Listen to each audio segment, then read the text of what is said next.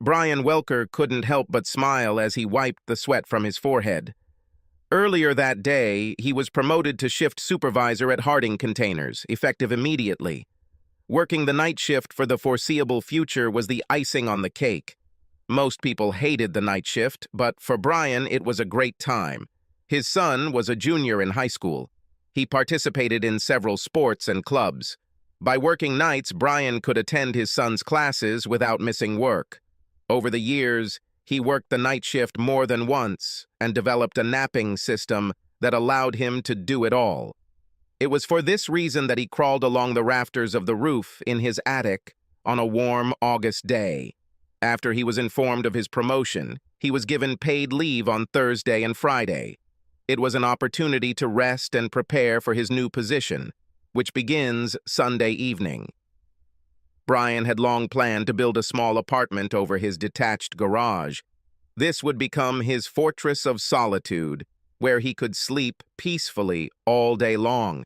He hoped to avoid the usual disturbances and distractions that so often arise when trying to sleep at a time when most people are already up. Brian was laying cable so he could have internet in his apartment. The Wi-Fi signal in the house simply did not reach the apartment. He decided to place an extension cord at the end of his home's attic, closest to the garage, in the hopes that it would give a strong signal inside his apartment. While Brian was working on unwinding the cable along the entire length of the attic, he heard faint sounds coming from inside his home. It was early afternoon, so his wife Brenda must have been at work. Tim, their son, was visiting Brenda's parents for a few days, so the house had to be empty. Brian crawled through the farms to the place where the sounds were coming from. Having come 5 meters closer, Brian was able to determine the source of the sounds. This was his bedroom. The conversation became much clearer as Brian perched himself above the unused air conditioning vent in his bedroom ceiling.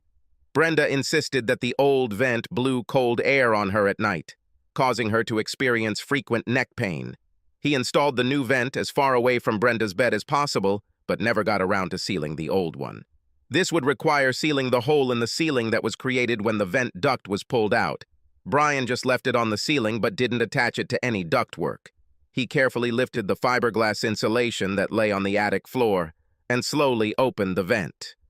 Everything sank inside him when he saw his wife with a thin man.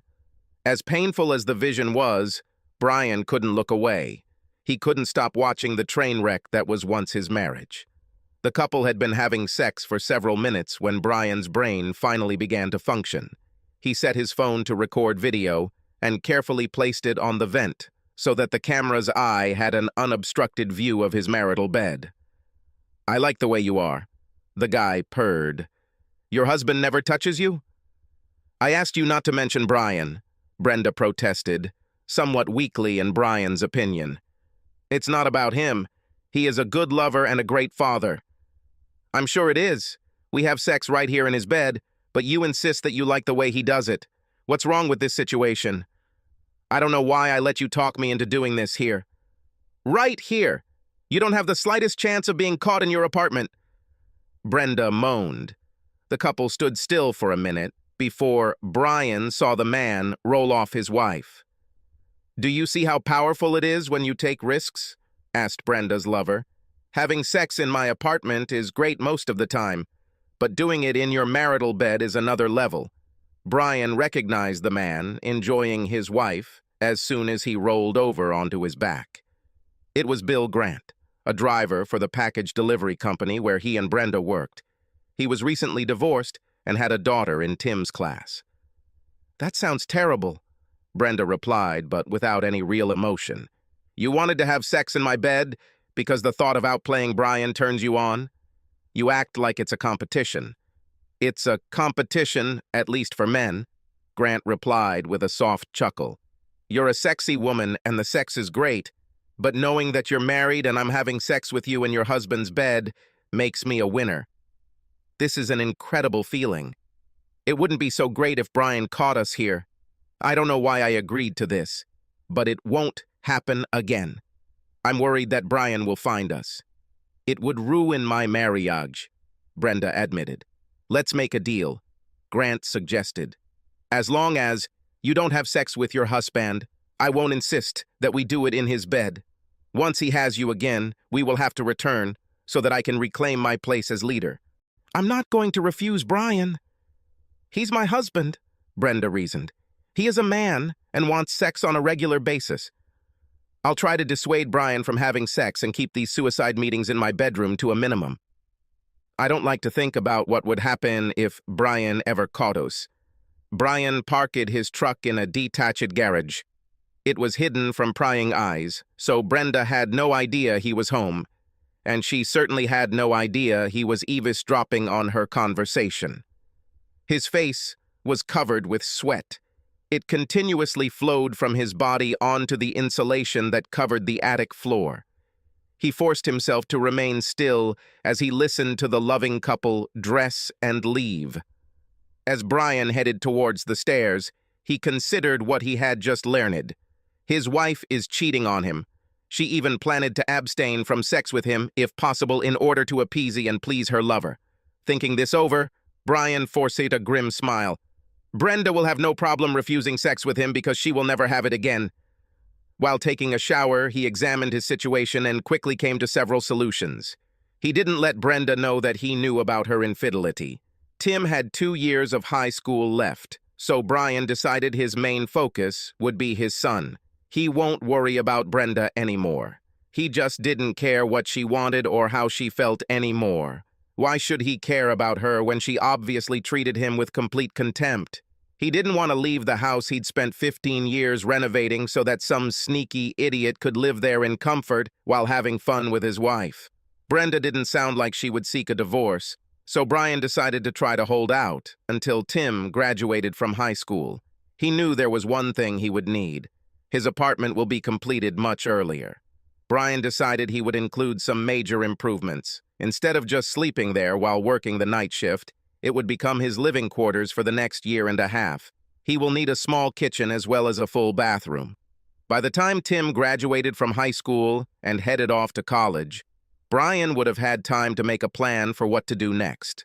To this end, Brian called several contractors he knew and made an appointment to get an estimate. He decided to hire a company to complete the job. It would be done quickly and professionally, and he would pay someone to do it. There was no longer any need to save pennies by doing everything yourself. His promotion would easily allow him to cover the costs. For the first time in his life, Brian realized that his time was more important than money. If he saved $1, half would go to Brenda. He ended his old way of life. He always tried to do as much housework as possible, thinking that it would benefit his family. Everything changed when he saw that it wasn't betrayal. He was going to make sure Tim's college education was fully funded. Besides, Brian was going to rebuild his life and have some fun while doing it. He no longer felt any affection for his unfaithful wife. Brian had gotten over his emotions by the time Brenda walked in after work and saw him sitting in the kitchen. "Are you already at home? Did you leave early for some reason?" Brian looked closely at Brenda and decided that she seemed different to him. She had a few wrinkles on her face and had gained a few extra pounds. Why didn't he notice this before? Has his love for his wife blinded him, causing him not to notice her shortcomings? He was sad to think about his sudden change of heart towards Brenda, but it was her decision to have an affair. He simply reacted. "Yes, we have a little problem at work. I've been asked to work some nights starting tonight. They let me go home, pack my lunch, and rest. I'll come back later." "They shouldn't ask you to work nights after a day shift, even if you had some free time during the day," Brenda reasoned. "You'll be exhausted. At least lie down and sleep for a few hours." "Good idea," Brian replied. "I'll just crawl under the sheets and—" "Wait," Brenda insisted too loudly, remembering the state of the bed. "I just remembered that I need to wash my bed linen." "Okay," Brian answered calmly, chuckling darkly to himself at Brenda's discomfort. "I'll just use the bed in the guest room. There's no need to worry so much." A few hours later, Brian left the house as if he was going to work. He went to a local sports bar, watched a baseball game, and drank a few beers. Previously, he installed an air mattress in his future apartment. Once he was sure Brenda was asleep, He parked in the garage and walked up the stairs to the waiting air mattress. He slept surprisingly well. One of the contractors Brian spoke with the next day was between projects and offered a very good price if Brian agreed to start immediately. In 2 weeks, the contractor's crew will move to a new construction site a few kilometers away. Brian agreed and signed a contract to begin work on Monday morning. His night shift worked from Sunday evening to Thursday evening. The plant was scheduled to close Friday night and restart Sunday night. Brenda knew Brian wouldn't have to work Friday night, so she was surprised when he got ready for bed the next night and headed to the guest room. "Why are you going to sleep in the guest room?" "We won't see each other much while you're on the night shift, so why don't you sleep in our bed?" asked a puzzled Brenda. "Since I worked last night and slept a few hours this morning while you were at work, I'm not very tired." "I'm going to watch a baseball game and maybe a movie after that," Brian responded with his planned excuse. "I'm trying to get used to being awake at night and sleeping in the morning." "I don't want to ruin your sleep, unless you think we should have sex," Brian suggested, wiggling his eyebrows suggestively. Brenda's reaction was exactly what Brian expected. If he hadn't heard her conversation with her lover, he would have missed her brief deer-in-the-headlights look before she smiled faintly. "I am very tired today. Maybe we could just cuddle a little and go to bed," Brenda answered. "Besides, Tim is home tonight. He can hear us." "Hugs won't help me," Brian answered. "As soon as I hold you in my arms, I want to do everything with you my way. If you rule out sex, I'll just remove the temptation and sleep in the spare room. You've never worried about Tim hearing us before, so this is just an excuse to avoid sex. You really don't have to make anything up. I'm not the kind of guy who forces himself on a woman."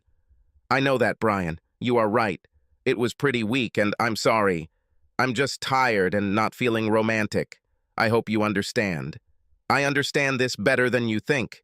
Let me know when you're in the mood. If I'm in the mood at the same time, we could meet." "Good night," Brian retorted, turning and heading into the guest room, leaving Brenda with a confused look on her face. On Saturday, Brian played catch with Tim for an hour, and then did some yard work. When it was time for bed, he walked down the hall to the guest bedroom. Brenda looked at his back and wondered why he was acting so strangely. Brian went to work early on Sunday evening to prepare for his role as shift supervisor. By the time the production people started showing up, he felt very good about his work situation. He didn't bother to tell Brenda that he had been promoted to foreman. She had secrets that she kept from him, so he no longer had any qualms about keeping things from her. His shift went smoothly. He was well received by those who worked under him. He decided that he had a great group of people on his shift. The new position implied greater responsibility, but Brian had seen all the problems before and knew how to deal with them. He settled into his job with minimal adjustments or difficulties. Brenda had already left for work, and the construction crew was doing the installation when Brian returned home Monday morning. He spoke briefly with the foreman to make sure they were on the same page, and then went inside. He fell asleep immediately, but was awakened several times by loud noises from the crew working in his apartment, and once by a telephone ringing. Cursing himself for forgetting to turn off the ringer on their landline in the guest room, Brian responded with a sleepy, "Hello." "I'm sorry, Brian. Did I wake you up?" asked his mother-in-law, Beverly. "Is that why you called?" Brian barked with some irritation. "You wanted to know if I was sleeping?" "No need to show off," Beverly answered. "I just wanted you to know that Bill and I heard that you're on the night shift and we won't bother you. If you need us to do anything for Tim while you sleep, just let us know." Brian hung up without answering. As he unplugged his phone, he thought about how stupid people could be. It took a few minutes, but he fell asleep again. The construction crew completed their work in less than a week. Brian was amazed at how the contractor completed the entire renovation in 4 days. It would take him 4 months. Waking up on Friday afternoon, he went to a furniture store and ordered a double bed, a small kitchen table, 4 chairs, and a small sofa. He then drove to a large appliance dealer and selected a large flat-screen TV, refrigerator, oven, and microwave. By Monday afternoon, Brian believes his bachelor pad will be ready for him to work full-time. He chuckled, Remembering how bewildered Brenda had been when she came home from work on Monday to find a team of men scurrying around the detached garage, she approached Brian while he was talking to the foreman and insisted on a private conversation so that he could tell her what was going on. "I instructed them to complete the apartment above the garage," said Brian. "I want to be able to sleep all day long without people barging in or calling me. I made it double insulated to keep noise to a minimum. There won't even be a landline phone. Since I'll be working nights for a while, I thought it would be a huge advantage to have a place where I could sleep without disturbing you and Tim. You won't even notice that I'm nearby." "I won't notice that you're nearby," Brenda repeated. "You are my husband and Tim's father. We need to know that you are somewhere nearby. I'll go to Tim's baseball practices and games. Then I'll bring him home so we can spend a lot of time together. Do not worry about it. We can all have dinner together. I told you a few days ago to let me know when you're in the mood for some special love, but you haven't accepted my offer yet." "Are you asking me this tonight?" "You're acting like an idiot. Husbands are expected to do more than just have sex with their wives whenever they feel like it.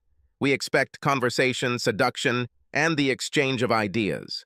Marriage is not just sex. You know that. Don't even think about giving me a lecture about what constitutes a good marriage," Brian warned. "I will at any time oppose the efforts I make for this marriage to your efforts. This will work fine.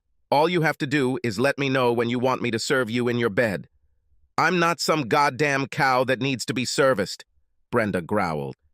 "You will not do any service until you offer a sincere apology. I want to spend a nice evening in a nice restaurant with your apologies, asshole." Brian broke out into a huge smile and simply walked away, leaving Brenda completely confused. It was easy for her to stop Bill Grant from demanding sex with her in their marital bed, but Brenda was worried about Brian's attitude. He just didn't look like himself. He ignored Brenda, and it bothered her. He has always been a very attentive husband. She decided that she would give Brian an unforgettable evening as soon as he apologized for his rude behavior. She knew that he wouldn't be able to go without sex for a long time.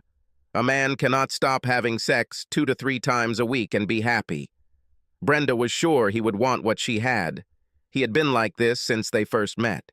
He was too young to lose interest in sex. By the following Wednesday, Brian was fully moved into his new apartment. This coming weekend, there will be 3 days off due to Labor Day. Tim's junior year was supposed to start next Tuesday. "How would you two feel about going to the Diamondbacks game this weekend?" Brian asked over dinner on Thursday. "They're playing the Dodgers and fighting for the pennant. This should be a great game." "Seriously? That would be amazing." "Thanks, Dad," Tim blurted out. "You know I don't really like baseball," Brenda grumbled. "I will refuse this offer.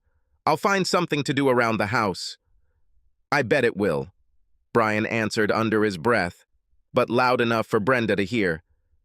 "Everything is settled. Tim and I will go to the game on Saturday." "Wow." "I can't wait to tell Scooter about this," Tim blurted out. "He will be so jealous. He's a big Dodger fan. He previously lived in Los Angeles." "Why don't you invite him with you?" Brian suggested. "Baseball is more fun to watch with friends, especially if they are fans." "I'll call him right now." "Thank you, Dad," Tim answered excitedly and rushed to get his phone. "You definitely made Tim happy," Brenda said. "Baseball is a great way to bond with boys. Horace is a pleasant, polite young man." "Holy shit, his real name is Horace?"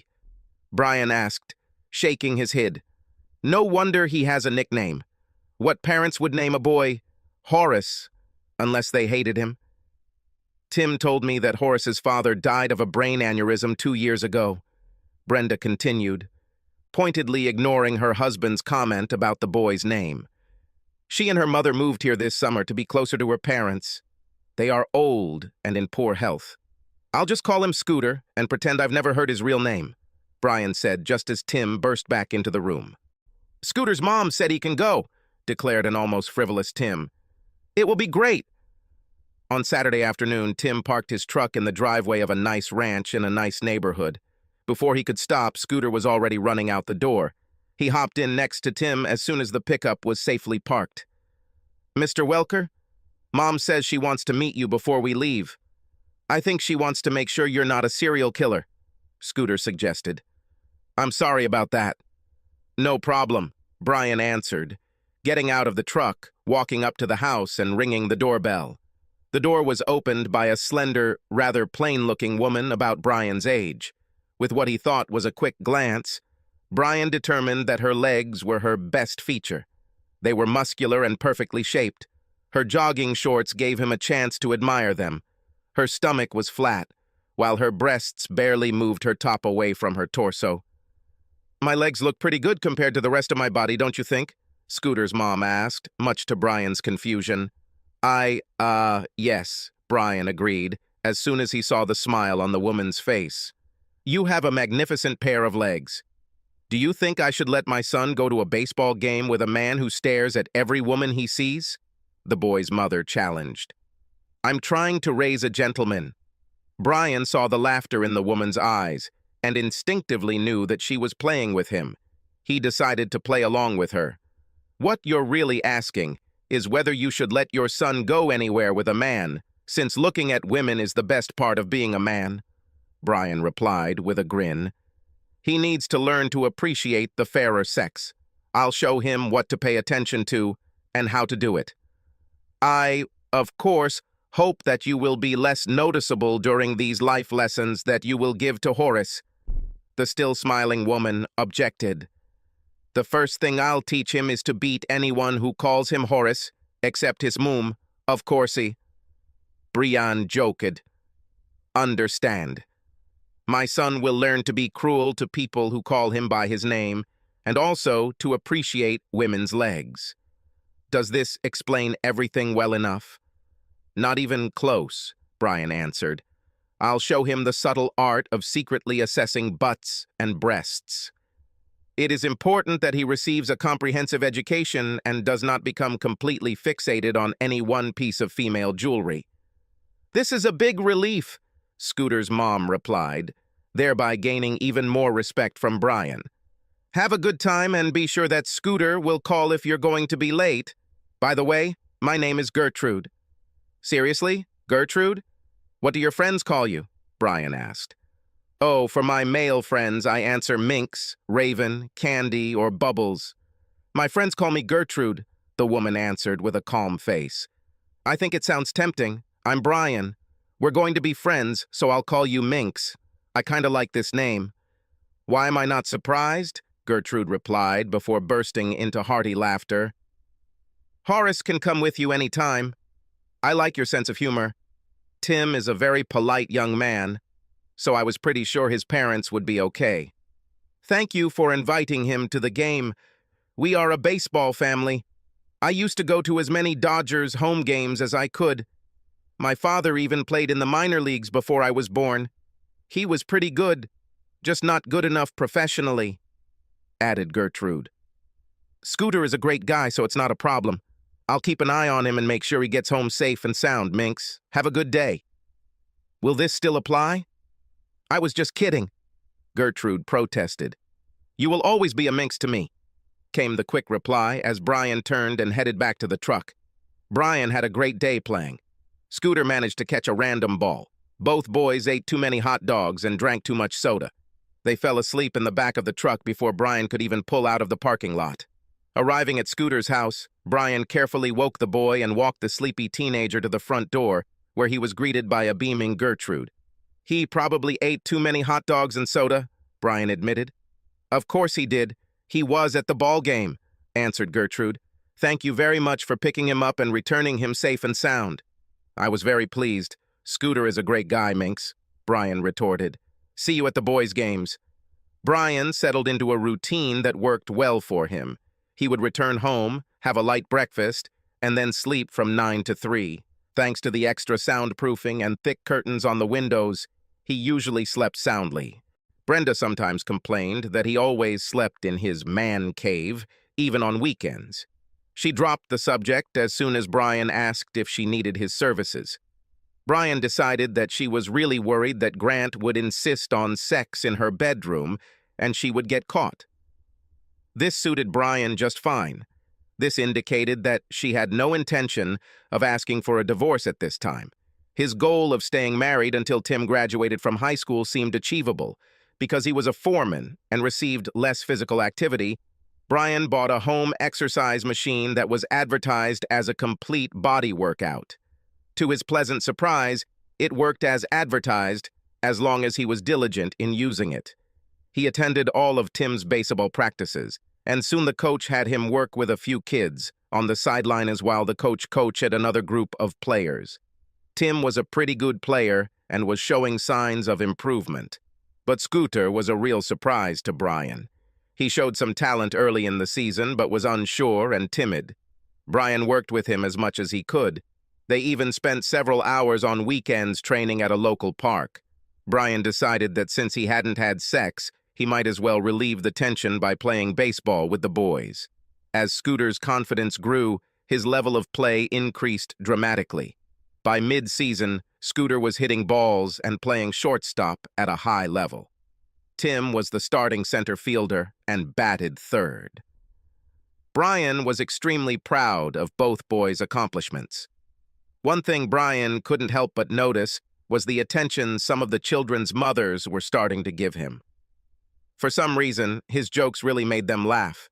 His efforts with the children were constantly praised. Several mothers would bake something for the team, but they always make sure he gets a piece, no matter what it is. Tim's friendship with Scooter, as well as Brian's time with the boys, naturally led to Gertrude and Brian spending time together. Brian thought of her as a smart friend, with a great sense of humor. He decided to ask Gertrude if she had noticed the increased interest that his mother showed in him. "I may be a little crazy, Minx, but I have to ask you a slightly personal question," Brian began. "Almost the second size." This was Gertrude's quick answer. "What?" "I didn't ask that," Brian admitted. "When men preface a question to a lady by saying it's personal, don't they usually ask her about her breast size?" "Well, yes. That's usually true," Brian agreed with a chuckle. "At this point, I was going to ask if you've noticed that some of the mothers have been treating me differently in the last couple of weeks. Don't you think they seem a little friendlier lately?" "Well, aren't you Mr. Observation?" Gertrude retorted. "You don't really know what's going on, do you?" "I would need more information regarding what you're referring to before I could answer that question," Brian said thoughtfully. "I understand the rule of flying in the infield. I know you never win the first or last inning at third base. You don't mean those baseball axioms, do you?" "No, I was talking about the unwritten rule of never rigging or stealing bases when you have a huge advantage," Gertrude quipped before becoming more serious. "If you were paying attention, you would know that the friendliest mothers on the team are also single mothers. You're a great dad, a nice guy, and you have a pretty decent job. This makes you a damn attractive candidate in their eyes," Gertrude reasoned. "What about the fact that I'm a married man? Wouldn't they take this into account?" Brian asked. "It is," answered Scooter's mother. "That's why they didn't actually try to seduce you. No one has tried this yet, have they?" "Nobody seduced me." "As if that was ever a problem," Brian replied. "I'm married, so obviously I can't be a good match for anyone." "Brian, I don't like that it feels like I have to be the one telling you this, but we're friends, so it falls on me. All mothers know that your wife is cheating on you. This is not enough. Rumor has it that she cut you off from sex. You're not sleeping together, and it's obvious that you'll be a free agent in the not-too-distant future. These women want to sign you up for their team as soon as you're discharged." Brian was stunned by Gertrude's revelation. How could so many people know about his personal situation? Who could know about his sex life or lack thereof? And then it dawned on him. Brenda must have told that bastard that we weren't sleeping together, and he bragged about it to someone. "Do you mean your wife or her lover?" Gertrude asked, trying to defuse the situation. "I have to say that you don't seem very surprised by the rumors. Have you already suspected Brenda of cheating?" "No, I never suspected," Brian answered. "You had no idea at all?" Gertrude asked incredulously. "I knew she was cheating." "I just never suspected it," Brian replied. "Here you amazed me. How could you know this and not suspect?" "It's quite simple. I didn't suspect a damn thing until I found Grant and Brenda in our bed. In a matter of seconds, I went from knowing she was cheating on me to being sure. I completely stopped being suspicious. "This revelation raises more questions than it answers," said his confused girlfriend. "You saw them do the horizontal mambo, but you stay married and don't go to jail. You're not a pervert, are you? Or a guy who likes to watch? Please don't be one of these scum." "But I'm not going to." "Don't worry about it," Brian assured. "I decided to adjust my priorities. Being able to spend a lot of quality time with Tim and not be a part-time dad became my first goal. Living with Brenda rather than divorcing her seemed like the best way to achieve this. I started working at night, and it always had a negative impact on our sex life. I built a nice apartment over my detached garage and lived there. I told Brenda it was so I could sleep during the day without being pestered and annoyed by everyday crap. She was unhappy with the sleeping conditions, but Grant told her that every time she had sex with me, he would insist on regaining primacy in our marital bed. This seemed to bother her, but not enough to stop her from having fun with him. She thinks her affair is a secret and wants to keep it a secret. I haven't told her, but I won't have sex with her for any reason. I went to the clinic and got tested for sexually transmitted diseases. I am clean. I want it to stay that way." "Are you serious? Did you hear that?" "What a bitch. How can she treat a guy like you so badly?" "What an idiot this guy is." Gertrude was indignant. "All the single mothers think you'd be a great match. I think you may have an inflated opinion of my desirability." "I've never been a matinee idol. I have a really good job, so maybe this will help me look better to some of the more desperate women," Brian suggested. "Are you joking? Look how beautiful you are." "You have a wonderful smile," Gertrude noted. "You are strong, kind, smart, and get along well with children. If I weren't so homely and flat-chested, I would have already thrown my hat into the ring along with my bra. I think I better shut the hell up. Thank you for being a good enough friend to tell me what people are saying and thinking," Brian replied, frowning. "I had no idea that everyone knew that I was a cuckold. It's quite awkward. I can't make my own wife happy. I'm a world-class weakling. You are a good person who wants to be a good father to his son. You're strong enough to take this crap, so you can have a great relationship with Tim. Horace thinks you're pretty cool, too." "Who?" Brian asked. "You must feel better if you can tease me with Horace's name," Gertrude remarked with a smile. "Minx, you are a great friend. You didn't let me stick my head too far up my ass. I just hope Tim doesn't find out. This horse has either left the stable or is damn close to it," Gertrude said. "Horace says Tim knows something is wrong at home. You're pretty much avoiding his mother. He's bound to hear something when so many people know about it." "Do you know what worries me?" added Gertrude. "Scooter is in love with Heather Grant. How awkward is this for him and for me? She's a sweet girl. She has no idea what a pathetic jerk her father is." "I'm just glad Tim isn't the one snooping around Heather," Brian said. "What a mess that would be. I should be happy for small favors." "Scooter told me that Tim is very interested in Holly Ingram, but that shouldn't surprise you too much. She comes to every game and cheers for his every move," said a smiling Gertrude. "Yeah, I noticed she was hanging around. She seems like a nice girl. I knew her father and uncles at school," Brian recalled. "They are a good family." 2 nights later, Tim's team played in the first round of the district championship.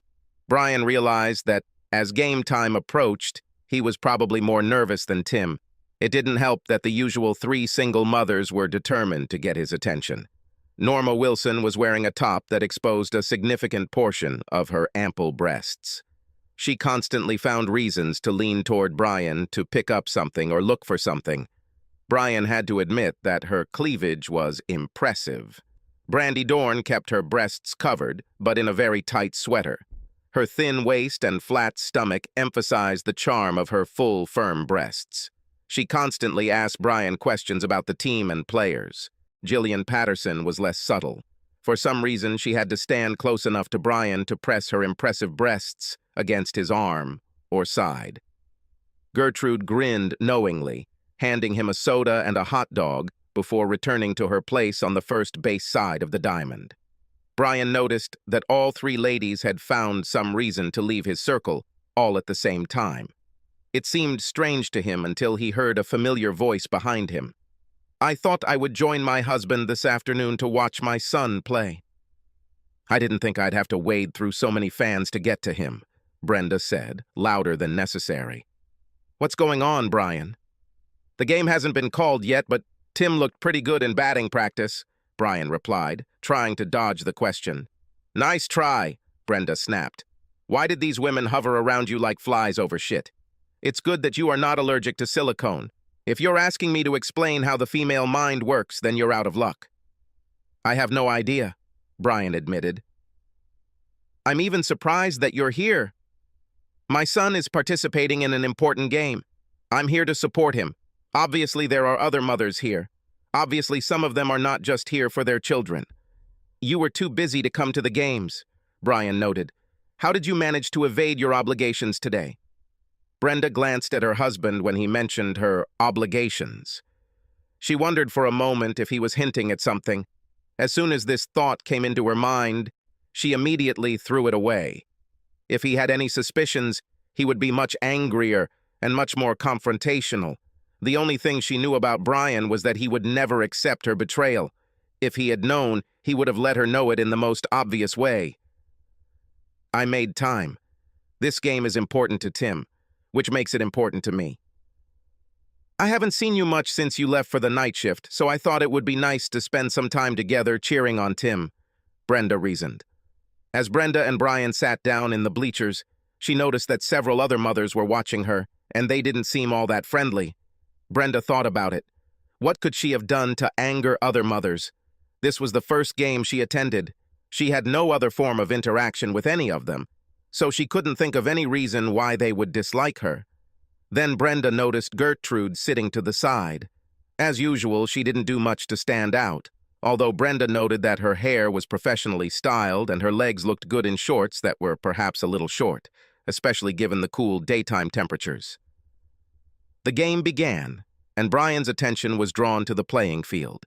The first two batters struck out before Tim even entered the batter's box. Brenda became concerned for her son when she saw how fast the first serve was and how close it went to his head. The second pitch was low and away from Tim, but he connected solidly and threw the ball to first base for a stand-up double. The next batter was Scooter. Brenda noticed that he seemed older, stronger, and more confident than last summer. The first pitch hit the catcher's glove near Scooter's head. If he hadn't leaned back, she might have hit him. Brenda heard Brian chuckle as Scooter prepared for the next pitch. "Trying to intimidate these two boys is a big mistake," Brian said to those within earshot. "I just hope the pitcher tries to sneak a fastball to Scooter."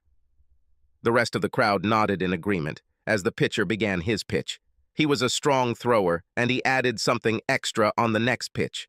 There was a loud crack as Scooter's bat met a baseball crossing the court. Oohs and ahs echoed through the stands as the ball disappeared over the center field fence. Tim ran across the plate and waited for his friend to touch home plate before exchanging high fives. Gertrude beamed with pride as she watched her son circle the bases. She looked at Brian, only to see small tears on his cheeks. He spent countless hours practicing on the field and hitting the ball with Tim and her son. His pleasure and pride were almost tangible. Gertrude was extremely grateful to Brian for the mentoring he had provided to her son since their arrival. Horace grew up to be a fine young man, and Brian played a huge role in the development of his character. "Are you really trying to tell me that you haven't had sex with your husband since the day we had sex at your house?" asked her incredulous lover. "You said I should stay away from him for as long as I could, and you wouldn't insist on sex in our house until he made love to me." He was working the night shift that day and has been sleeping in a room above the garage ever since. We haven't even shaken hands since then. "This is just crazy," Bill replied. "He's too young and you're too sexy for him to lose interest in sex." "He is a gay? Does he have a girlfriend or something?" "He's definitely not gay," Brenda insisted. "He is very courageous. He would never cheat on me. He just works at night and is tired most of the time. He only shows up for dinner, except on weekends when he works in the yard and stuff." No normal man married to a woman like you would voluntarily give her up, even if he worked 18 hours a day, Grant said. He must be cheating. This should make communication easier for us. He gets what is his, and I get what used to be his. Brian would never cheat on me, Brenda said firmly. He takes our marriage vows very seriously. He's not the kind of man who wanders around and gets involved in some tawdry affair. Is this what you think you're doing? Bill demanded. Oh no, this is just a temporary phenomenon. He was too busy with work and Tim's baseball game to pay much attention to me. I deserve some fun. I work hard to run the house and cook, and I also work full-time, Brenda reasoned. We know that this won't last long. Bill smiled as he considered Brenda's words. I guess you're right. We'll just enjoy the sex while it happens. Give me the day when I can master you in your bed. It still turns me on. When Brenda remembered Bill's words, she became worried as she watched the two girls hovering around, Brian slowly move away. It was obvious that he had some damn attractive women with big tits and toned bodies who were interested. She realized that she needed to protect her marriage from the efforts of these bitches. Then she noticed Gertrude sitting alone on the side. Brenda quickly came up with a plan. She smiled widely and sat down next to the surprised Gertrude. Glad to see you again, Gertrude. Horace has become a pretty good baseball player and is a very sweet boy. You should be proud of him. I'm proud, admitted the wary Gertrude. Tim is doing very well, too. Brian's time with them pays off. He truly was a great mentor to Horace. Yes, sometimes Brian is too good, Brenda replied, seeing an opportunity for her proposal. I'm sure you've noticed how those big-breasted blondes are always hanging around him. I wanted to ask if you could help me. I know Brian would never go astray under normal circumstances, but he's a man, and all these women do is show off their big tits when they're around him. How do you think I should help you? Asked Gertrude. Spray them with cold water when they get too close? You know that I cannot attend most games and practices due to my work and other commitments, Brenda began carefully. I know I can trust Brian to you. You're not his type at all. If you would just stick around when I'm not around, I would really appreciate it. I'm going to tell Brian that he needs to stay closer to you and be more attentive. These husband-stealing bitches will think he has his eye on you and hopefully leave him alone. I know it might feel awkward for you to pretend like this, but there's a good reason for it. You could have saved our marriage. Please let me clarify if I understood correctly, answered the incredulous Gertrude. You're worried that these attractive, sexy single mothers might seduce Brian, so you ask me to kind of fill in for you when he's at ball games and practice. Do you think I'm a successful single mother because I don't have big boobs and I'm pretty plain looking? I didn't say you were sad. I just know Brian. For whatever reason, he's less likely to fall in love with you than with some buxom ex-cheerleader. You would help him keep his vows. Do you think your spouse cheating on you is a deal-breaker? Gertrude asked thoughtfully. Would it be so bad if he slept with a few of these willing ladies while you remained his number one? I hope you're joking, Brenda objected. I love my husband, but I will never tolerate cheating. This really is the deal-breaker you mentioned. This destroys the marriage contract. I could never come to terms with infidelity. As far as I'm concerned, the marriage would be over. You must understand how I feel. You have been married for many years. I understand what loyalty and dedication are. It is quite logical that adultery violates the marriage contract, Gertrude admitted. I have to agree. I need to go see Brian. Can I trust that you will keep a close eye on him when I'm not around? Asked Brenda. Oh, yes, Gertrude answered with a smile. Be sure to explain all this to Brian.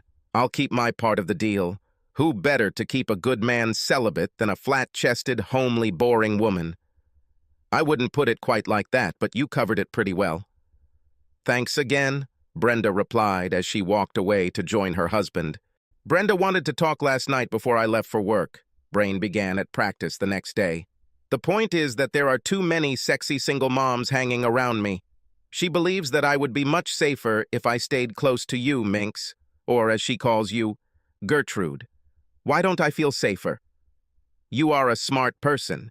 You know that you will never be safe around a single woman, no matter how small her breasts are or how homely she looks, Gertrude jokes. Scamp, You are one of the most attractive women I have ever met, Brian answered sincerely. You are the whole set, not just silicone and bleach. Wow. You only made my job more difficult, Gertrude admitted, blushing. I'll make an appointment to have your eyes checked after baseball season ends. You'll find that I have 50-50 vision and am a great judge of people, with one glaring exception, Brian said. It seems I underestimated my loving wife. I think she may have underestimated us, Minx replied. That is if you really find me attractive.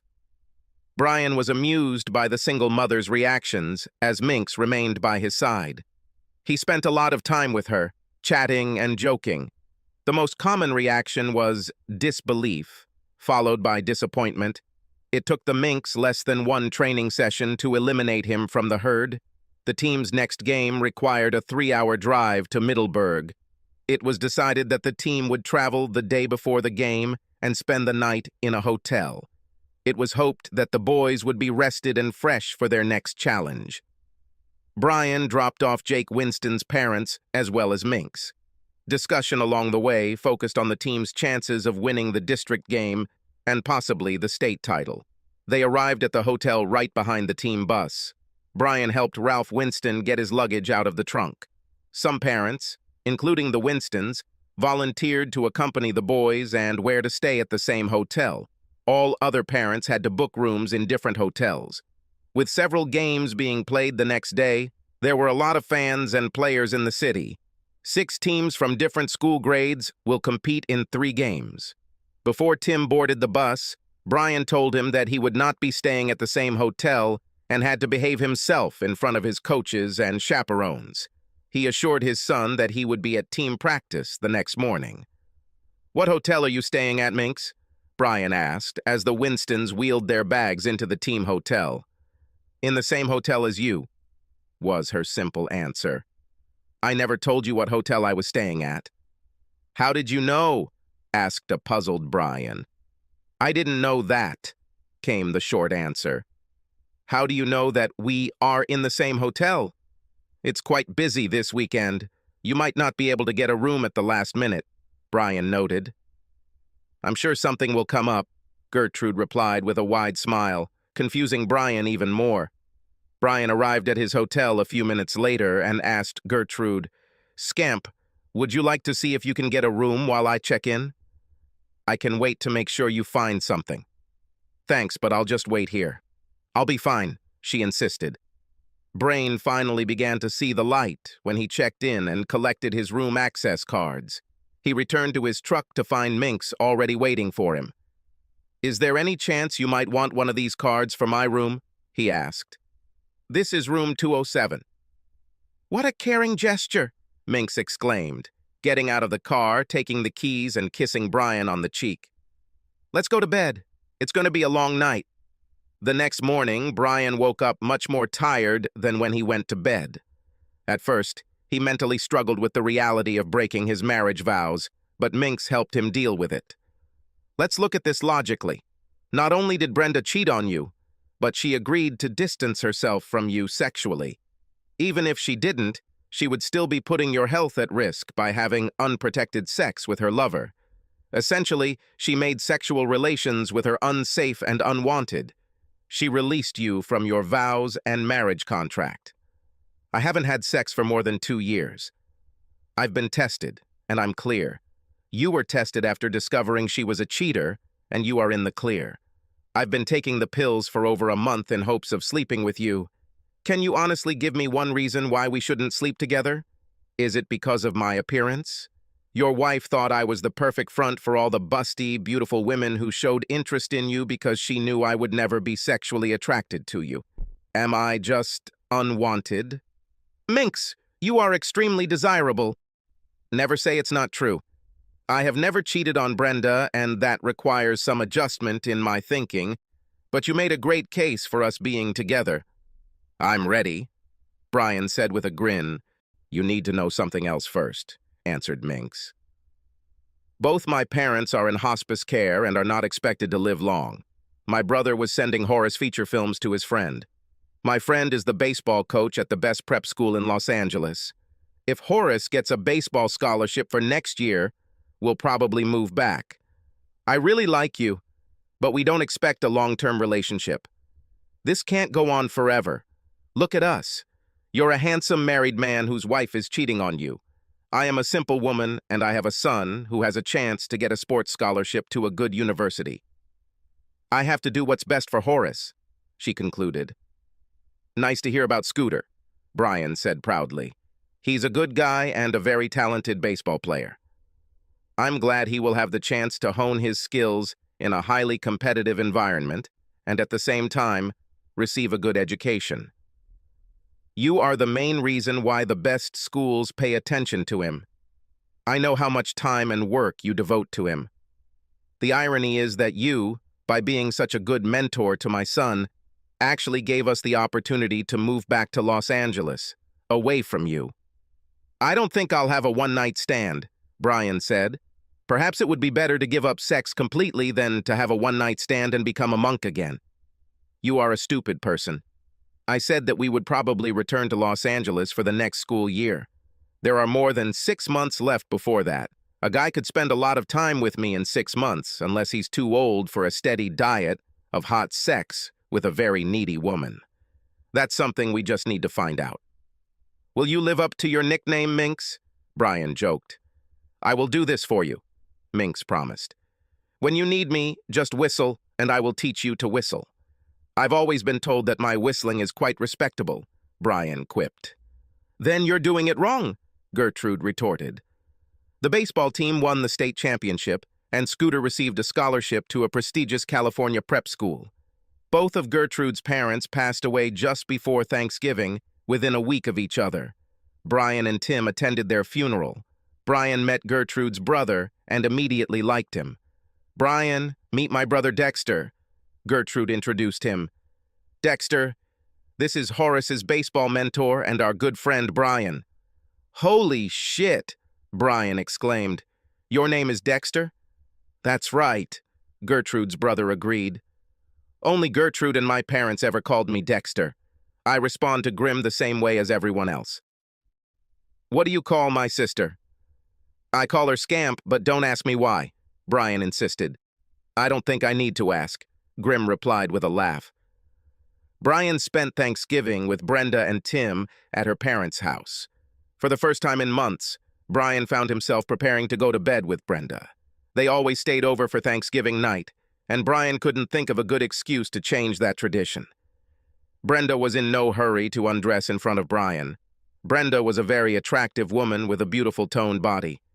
We haven't slept together for a long time, Brenda cooed. You must already need love. Make love with me.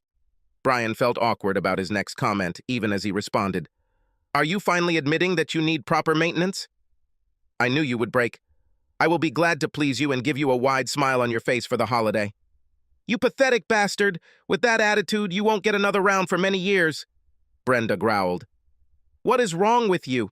You might just forget that I even thought about letting you touch me. Okay, was Brian's only response as he rolled over so his back was facing Brenda. He didn't second-guess his comment, although it was out of character for him to do so. This actually achieved his goal, which was to avoid sex with Brenda. However, Brian did regret that his marriage had ended to its current state. Brenda was worried about Brian's snide remark, which was making it difficult for her to sleep. Lying next to him, she wondered if he knew about her affair or was just unhappy that they hadn't had sex lately. She decided that she would have to discuss this with Bill. He needed to forget about having sex with Brenda in her marital bed if she was having sex with Brian. This statement caused her to avoid and refuse her husband, which could ultimately make him suspicious. It could have ruined her marriage. Brian had a daily routine that he followed when he worked the night shift. He went home, ate a small breakfast, and went to bed by 9 a.m. Often he woke up around 2 o'clock in the afternoon from the fact that Minx climbed into his bed naked. They made love for an hour before she left, so she could be home when Scooter returned from school. Baseball is over for the season. This allowed Brian to shower and shave when Tim returned home from school. Brian often took a nap in the evening before leaving for work. Overall, things worked out well for Brian and Minx. One evening in early December, Brian received a call from Tim shortly after arriving at work. "Dad, Scooter and I are hanging out with Heather and Holly in Heather's car. You said we might be gone until midnight because there's no school tomorrow. We have a problem. Heather was driving her mom's car. We had a flat tire and no spare tire in the trunk. We're stuck on D Street and I'm a little worried. I see a few guys down at the slot machines and they're looking in our direction." "Are you broke on fucking D Street? At the damn arcade?" Brian swore. "We'll discuss this later. Is Heather driving that Corolla?" "Yes. It's a 2017 Corolla," Tim answered quickly. "I'll find a wheel and tire that fits and I'll be right there. Keep your doors locked and call the police if you have any problems. Take care of these girls." Brian put his phone in his pocket and headed to the production floor. He quickly found the person he needed. "Gus, you still drive that Corolla, don't you?" Brian asked the bearded man operating the forklift. "I need an inflated tire that fits your car, and I need it right now." While Brian was talking to Gus, another thought occurred to him as Jack Reynolds walked by. Jack was Holly's uncle. His younger sister was Holly's mother. "Jack, my son and some friends were stuck on D Street with a flat tire and no spare. Holly is with them. I take the inflated tire from Gus and head there. I would appreciate it if you came with me." "I have a real spare tire, not some fucking donut," Gus said. "Let's take my car and go there right now." Jack, Gus, and Brian immediately headed towards the door leading to the parking lot. They were concerned about children being in that part of town late at night. It was not a good place for good children, especially teenage girls. Brenda lay in bed, enjoying the warmth she always felt after messing with Bill. His phone rang, and he glanced at the caller ID. "Damn it! This is Heather! I have to answer this or she'll beat the crap out of me for ignoring her." Brenda could only hear one part of the conversation, but was concerned about what she overheard. "What the hell are you kids doing there?" "Well, that's too bad. These boys are old enough to handle a little problem like this. Call AAA. It's not my fault your mother is too dumb not to keep a spare tire in her car." "What was all this?" Brenda asked as soon as Bill disconnected the connection. "Nothing to worry about," was Bill's response as he reached out and caressed Brenda's firm breasts. "Heather has a flat tire, but she calls AAA to get it fixed." Several young hoodlums were hanging around Heather's car when Brian and his friends pulled up right behind her. Brian quickly got out of the car and pulled the jack and tire iron out of Gus's trunk. Gus brought the spare tire and Jack knocked on the driver's side window and motioned for Heather to lower it so he could talk to her. "You guys sit quietly until we change the tire.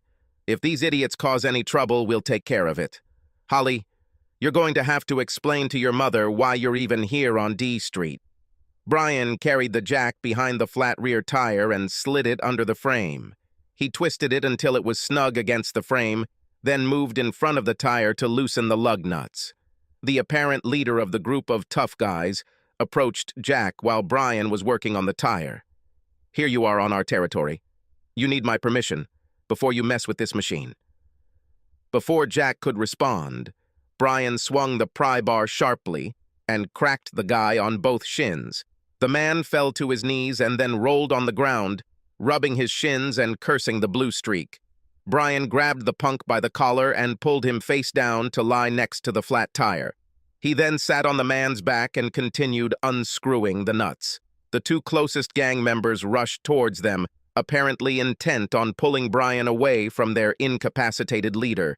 Jack hit the first one on the side of the head, and he collapsed, as if knocked down. As Gus stepped forward, the second guy stepped back out of his reach. "Lift the car a little and I'll remove this tire," Brian said to Jack in a calm voice. Jack continued to drive the car higher and higher while the gang of thugs shouted insults and curses at the men. Every now and then, the guy underneath Brian would try to squirm out from under him, but Brian would grab the man by the greasy hair, lift his head a few inches, and forcefully push it back down to the pavement. It only took 2 lessons before the man on the ground decided to remain still. Brian unscrewed the lug nuts and removed the flat cover. He accepted the working tire from Gus and put it in place. Once he had all the tabs snug, Jack lowered the car. All 3 men seemed oblivious to the thugs who taunted them as they worked.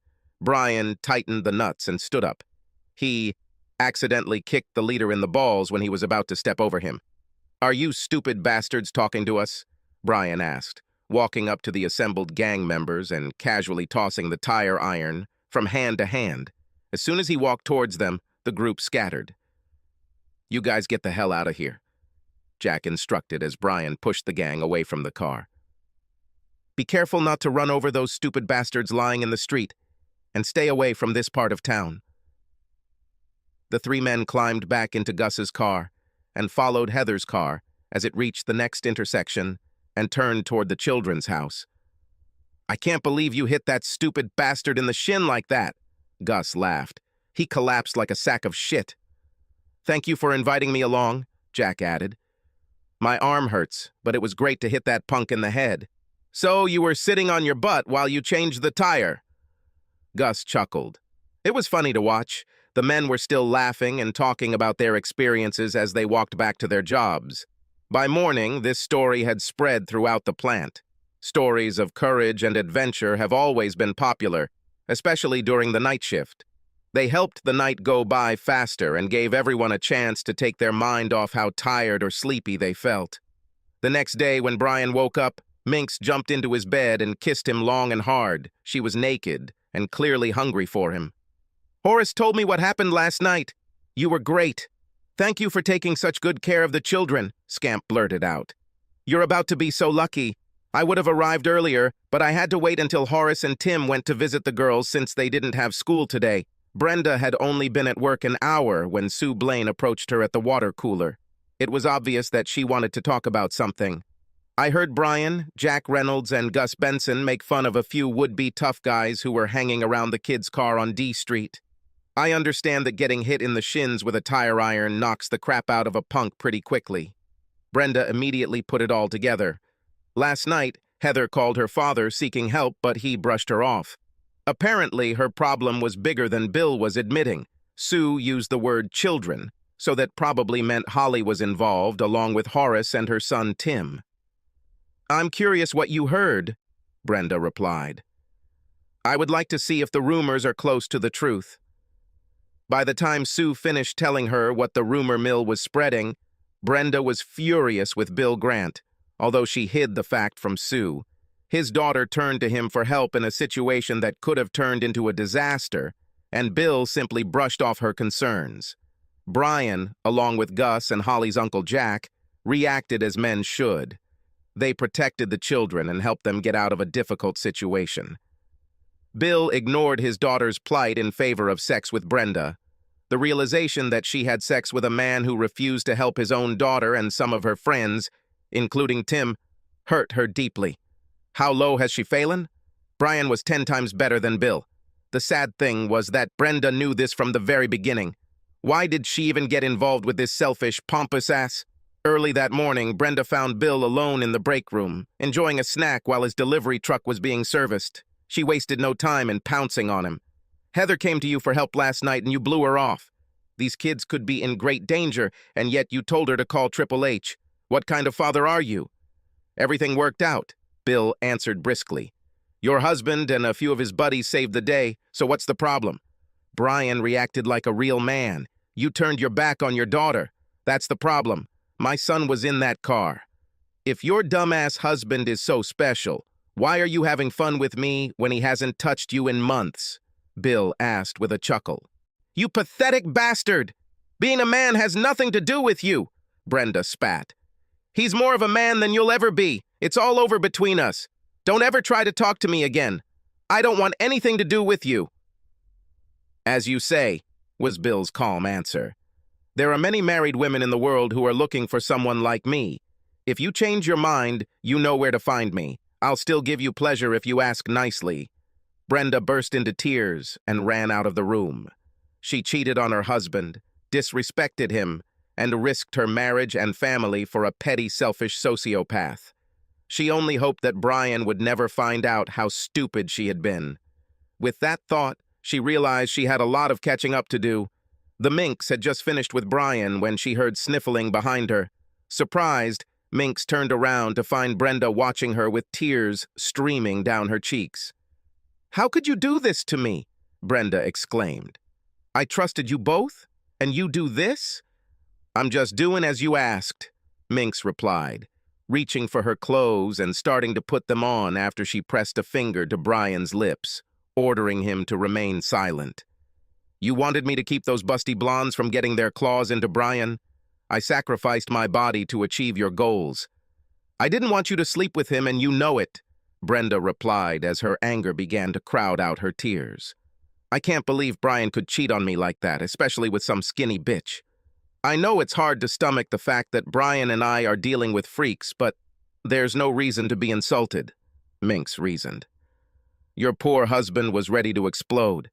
I'm just helping to relieve the pressure he put on me. Bill Grant didn't want you to have sex with your husband, so Brian had to turn to someone. Luckily, I was in the right place at the right time. You can thank me for helping you turn off Brian so completely and make Bill happy. By the way, where is Bill? Is he in your bed? Do you know about Bill? Brenda exclaimed. Well, yes, answered Minx. I think most of the free world knows about Bill. You've been sleeping with him for months now. He promised you that he would have sex with you in your marital bed every time you had sex with Brian, so you stopped having sex with your own husband. Luckily, Bill was able to fill the void. The pun is intentional. If Brian knew, why didn't he say anything?